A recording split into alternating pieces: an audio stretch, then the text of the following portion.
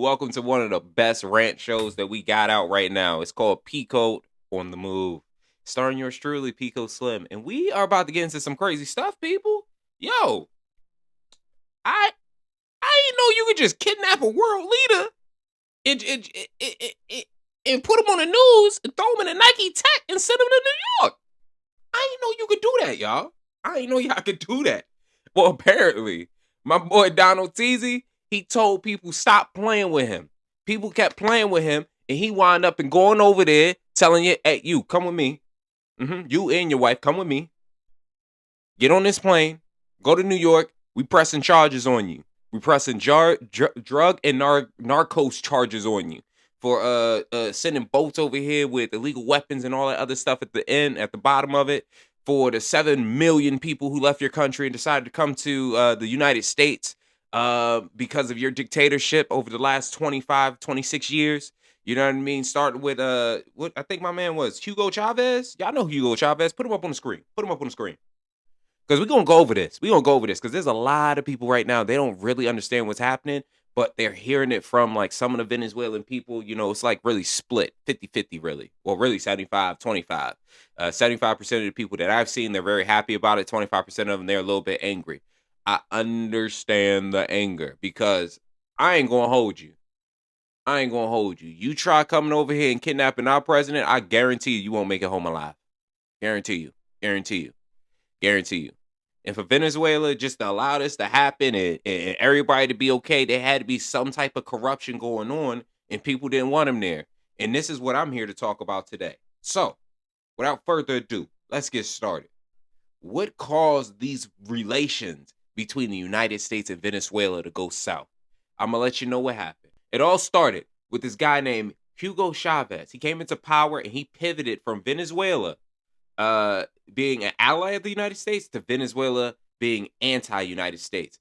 It was something called the Bolivarian foreign policy, which pretty much he took all the money that they were making from the oil and tried to put it back into the people of Venezuela. Sounds like a good idea. Everything always starts off as a good idea, something positive for the people, right? Well, over time, after having Venezuela turn their backs on the United States and giving oil to countries like Cuba and Russia and things like that, you know, the ops, giving it to the ops.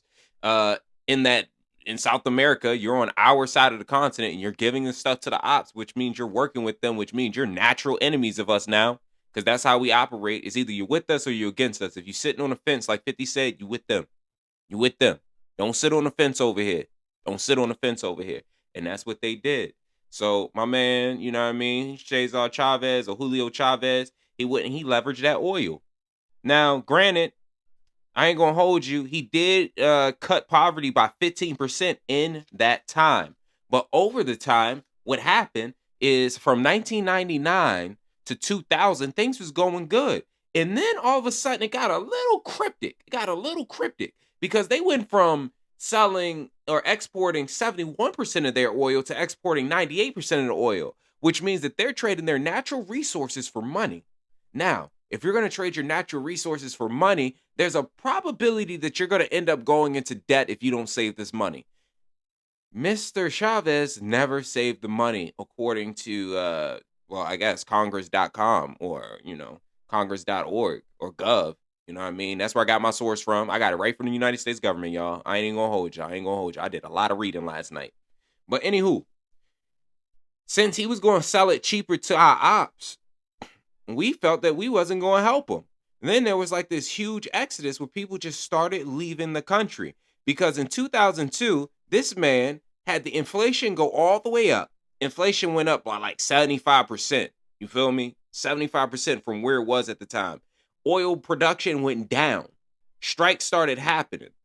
You know what I mean? So my man Chavez, he fired everybody. And then I believe, if I'm not mistaken, he put people in charge that knew nothing about oil rigging. They knew nothing about oil. Nothing. Well, what winds up happening after that is they're going through turmoil because the production is low Money isn't being made. The country's losing money. So now, we're becoming more like a third world country. And there's no way Venezuela should become like a third world country. Why? Because they have a lot of oil reserves. Now, the issue is, originally, they were supposed to take the oil money and use it for their citizens. What will wind up happening is Chavez was a narco terrorist. Apparently, he was involved in gang activity. You know what I mean? He was involved in gang activity, according to the United States of America. Also, his vice president, the person under him, was involved in that too, which is a guy named Nicolás Maduro. We know Nicolás Maduro. That was the dude that was dancing just a couple of weeks ago before, again, Donald Teasy grabbed him up and put him in that easy. Yeah, that's right. Get on that plane. Go see them court people. It's all over for you. That's exactly what happened to Cuz, yo. That's exactly what happened to Cuz. But, anywho, March 2013, Chavez dies. The winner is selected in April 2013 of the election, which is Nicolás Maduro, because there was an emergency election.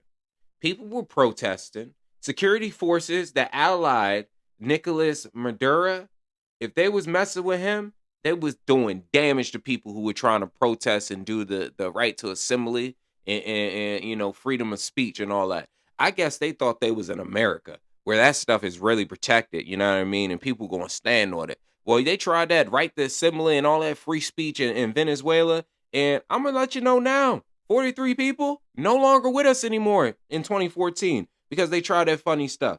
800 of those people got injured. I ain't gonna hold you. That's just what happened. That's just what happened. Well, this Moderna dude, remember, I already told you. Maduro, I already told you. He was already involved with like the cartels and stuff like that. Why in 2017 he select a VP named Tariq El Asami? Apparently, the United States had already put him as a drug kingpin.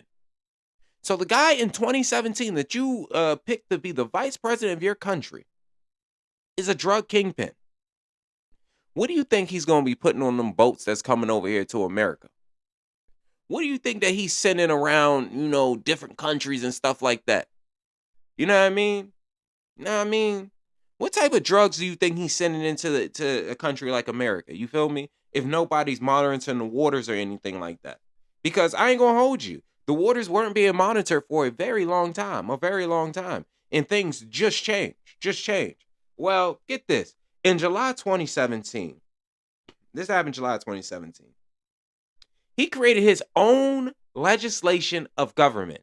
The United States, they got the executive branch, they got the legislative branch, and then they got the judiciary branch. Well, this man went and he created another branch to compete with the legislative branch. So if he had a law or something he wanted to get passed, he won't even go to the legislative body. He'll go to this new people that he just created. This man put 545 people into power. He made them a member of this particular party, which was crazy to me. It's crazy. Like, that's like Donald Trump going and being like, you know what?